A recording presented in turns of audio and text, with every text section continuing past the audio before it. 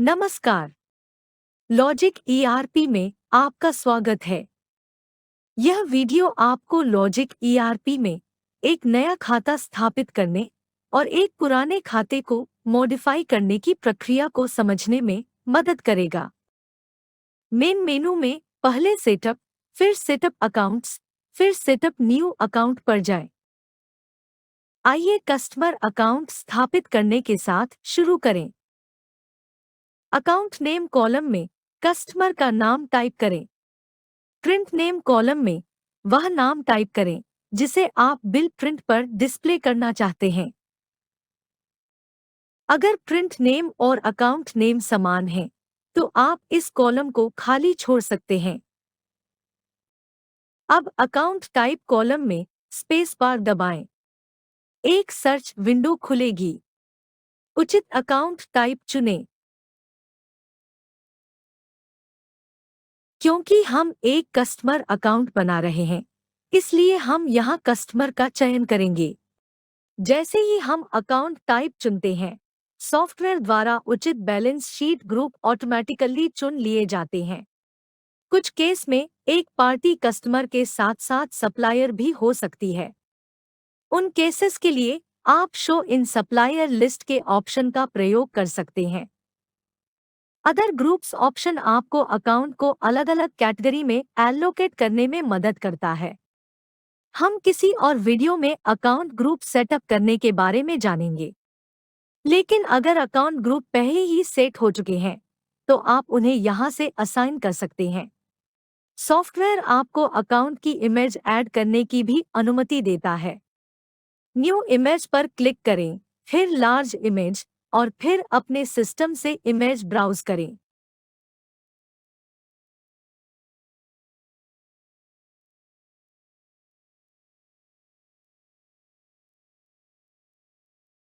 Image पर click करें और इसे सेव करें।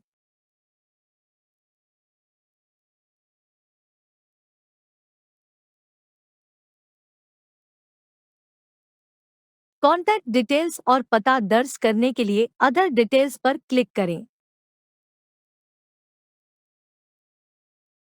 आप कस्टमर के लिए डिफ़ॉल्ट कंट्री, स्टेट और सिटी सेट कर सकते हैं। कॉलम पर क्लिक करें और ड्रॉप डाउन लिस्ट से उचित ऑप्शन चुनें। सभी स्टेट और सिटी चयन के लिए उपलब्ध हैं।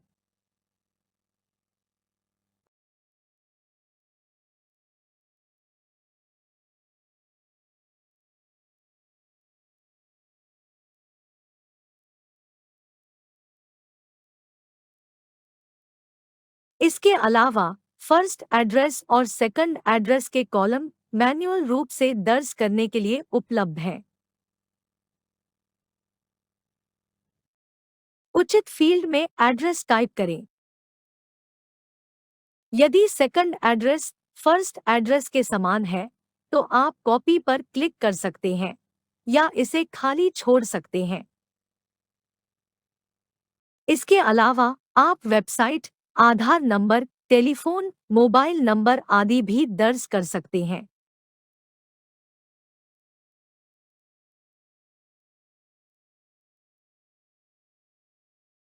नया अकाउंट सेटअप करते समय सेल नेचर को डिफाइन करना अनिवार्य है। इससे पहले हमें पार्टी का जीएसटी रजिस्ट्रेशन टाइप तय करना होगा। अगर यह अनरजिस्टर्ड है, तो सेल नेचर B2C होगी।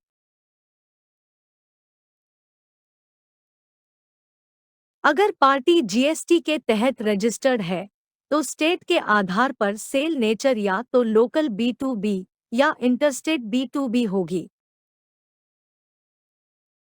तो अगर पार्टी जीएसटी के तहत रजिस्टर्ड है, तो हमें उसका जीएसटी नंबर दर्ज करना होगा। जीएसटी स्टेट को भी डिफाइन करें। जीएसटी स्टेट कोड ऑटोमेटिकली चुना गया है। मान लीजिए कि आप और आपका सप्लायर अलग-अलग स्टेट में हैं। उस स्थिति में सेल नेचर इंटरस्टेट B2B होगी। अगर सप्लायर आपके स्टेट के भीतर है, तो वह लोकल B2B होगी।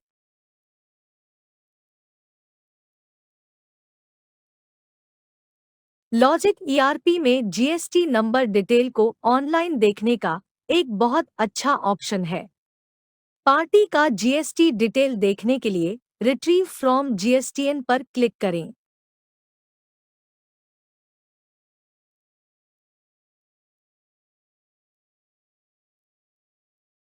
आप पार्टी के लिए एक डिफ़ॉल्ट टैक्स रीजन भी सेट कर सकते हैं। सॉफ्टवेयर आपको किसी भी कॉलम को रिक्वायर्ड या नॉट रिक्वायर्ड के रूप में चुनने की अनुमति देता है। इसे खोलने के लिए कॉलम पर राइट क्लिक करें। अगर आप कॉलम को रिक्वायर्ड सेट करते हैं, तो आपको इसमें डिटेल दर्ज किए बिना अकाउंट को सेव करने की अनुमति नहीं होगी।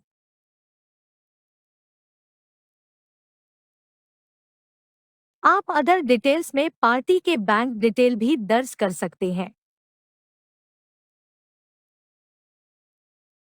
इसके अलावा कई लॉक्स भी हैं।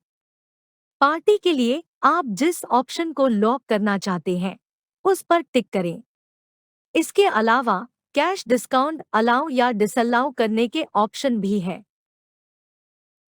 इसके बाद स्टॉप बिलिंग का ऑप्शन आता है। जब आप इस ऑप्शन पर टिक करते हैं, तो कस्टमर सेल बिल विंडो में दिखाई नहीं देगा। आप अपने कस्टमर के लिए पेमेंट टर्म्स भी दर्ज कर सकते हैं। इसका मतलब है कि अगर कस्टमर 30 दिनों के भीतर पेमेंट क्लियर कर देता है, तो उसे 2% की छूट मिलेगी। अगर उसे पेमेंट करने में 30 दिन से अधिक का समय लगता है, तो 60 दिनों तक 2% और 120 दिनों तक 4% ब्याज लिया जाएगा और इसी तरह। Food license number, drug license number और उनकी एक्सपायरी डेट दर्ज करने के लिए कॉलम उपलब्ध है। आप अपने कस्टमर के लिए क्रेडिट लिमिट और बिल लिमिट भी दर्ज कर सकते हैं। इसका मतलब यह है कि कस्टमर का लेजर बैलेंस किसी भी समय 2 लाख रुपए से अधिक नहीं हो सकता है और बिल अमाउंट 1 लाख रुपए से अधिक नहीं हो सकती है। अदर डिटेल्स विंडो बंद करें और अकाउंट सेव करने के लिए सेव पर क्लिक करें। आइए अब हम यह भी देखें कि हम मौजूदा अकाउंट्स को कैसे मॉडिफाई कर सकते हैं। बस विंडो के ऊपर दाईं ओर फिल्टर ट्री में अकाउंट का नाम टाइप करें और एंटर दबाएं। अकाउंट के नाम पर क्लिक करें। अब आप अकाउंट में मॉडिफिकेशंस कर सकते हैं। आप नाम या अदर डिटेल्स में कुछ भी बदल सकते हैं। उदाहरण के तौर पर मोबाइल नंबर बदलते हैं। जरूरी बदलाव करने के बाद सेव पर क्लिक करें। मौजूदा अकाउंट को खोजने का दूसरा तरीका अकाउंट टाइप के द्वारा है।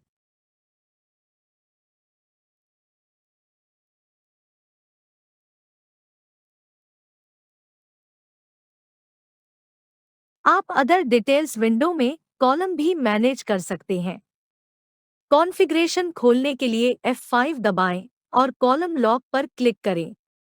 उस कॉलम को टिक करें जिसे आप लॉक करना चाहते हैं। उदाहरण के लिए हम ड्रग लाइसेंस नंबर 1 और 2 को टिक करेंगे और इसे सेव करेंगे। अब अदर डिटेल्स विंडो में हम देख सकते हैं कि ड्रग लाइसेंस नंबर 1 और 2 के कॉलम लॉक कर दिए गए हैं। तो आप उन कॉलम्स को लॉक कर सकते हैं जिनकी आपको आवश्यकता नहीं है। हमने देखा है कि जब हम अकाउंट टाइप चुनते हैं, तो बैलेंस शीट ग्रुप ऑटोमेटिकली चुने जाते हैं। अकाउंट टाइप से जुड़े डिफ़ॉल्ट बैलेंस शीट ग्रुप्स को बदलने के लिए F3 दबाएं।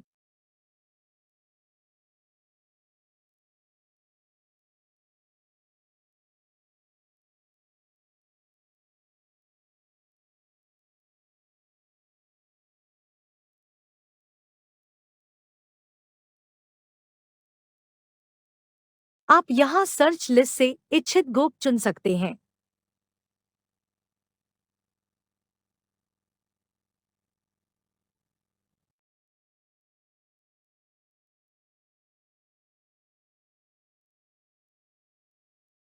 आइए जानते हैं कि बैंक अकाउंट कैसे बनाते हैं। बैंक का नाम टाइप करें और अकाउंट टाइप को बैंक के रूप में चुनें। बैलेंस शीट ग्रुप्स को ऑटोमेटिकली चुन लिया गया है। अन्य डिटेल्स जैसे बैंक का पता, अकाउंट नंबर, आईएफएससी कोड आदि दर्ज करने के लिए अदर डिटेल्स पर क्लिक करें।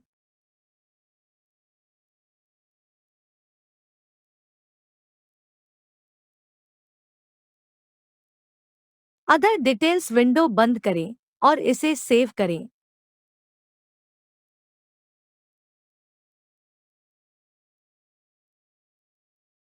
इसी तरह आप इस विंडो में किसी भी तरह का अकाउंट बना सकते हैं। बस नाम टाइप करें और उचित अकाउंट टाइप चुनें। बैलेंस शीट ग्रुप ऑटोमेटिकली चुने जाएंगे। अपनी आवश्यकता के अनुसार अदर डिटेल्स दर्ज करें।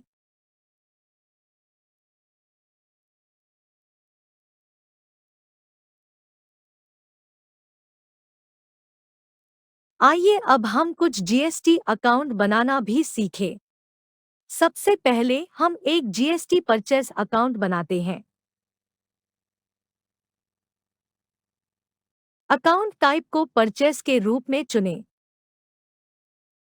अगर आप अपने स्टॉक को जीएसटी परसेंट के अनुसार कैटेगराइज करना चाहते हैं, तो स्टॉक कैटेगरी के इस ऑप्शन का प्रयोग करें और अकाउंट को उचित परसेंट में एलोकेट करें। फिर जीएसटी परसेंट को डिफाइन करें। उचित जीएसटी टाइप चुनें। यहाँ टैक्सेबल चुना जाएगा। अगर यह टैक्स फ्री अकाउंट है, तो यहाँ टैक्स फ्री चुनें।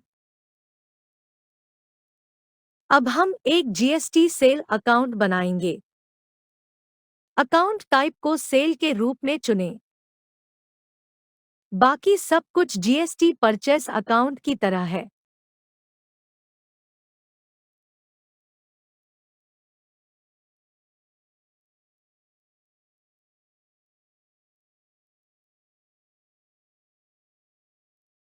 अब हम एक इनपुट अकाउंट सेटअप करेंगे। अकाउंट टाइप को करंट लायबिलिटीज के रूप में चुनें। सेल टैक्स अकाउंट के सामने येस पर टिक करें और डिफॉल्ट टैक्स परसेंट को डिफाइन करें। अकाउंट के नाम के अनुसार जीएसटी टाइप चुनें। क्योंकि हम एक इनपुट अकाउंट बना रहे हैं, यहाँ इनपुट चुनें। अपनी आवश्यकता के अनुसार आईटीसी एलिजिबिलिटी चुनें।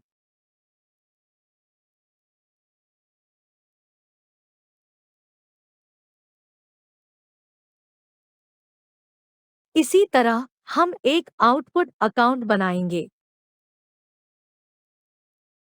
अकाउंट टाइप को करंट लायबिलिटीज के रूप में चुनें। बाकी सब कुछ इनपुट अकाउंट की तरह है।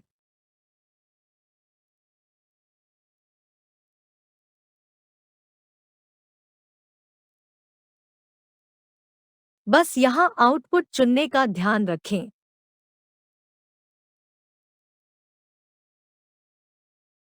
इसी तरह आप एसजीएसटी और आईजीएसटी के लिए भी इनपुट और आउटपुट अकाउंट बना सकते हैं। इस वीडियो को देखने के लिए धन्यवाद। अधिक सॉफ्टवेयर संबंधी अपडेट के लिए कृपया चैनल को सब्सक्राइब करें और नोटिफिकेशन बेल आइकन दबाएं।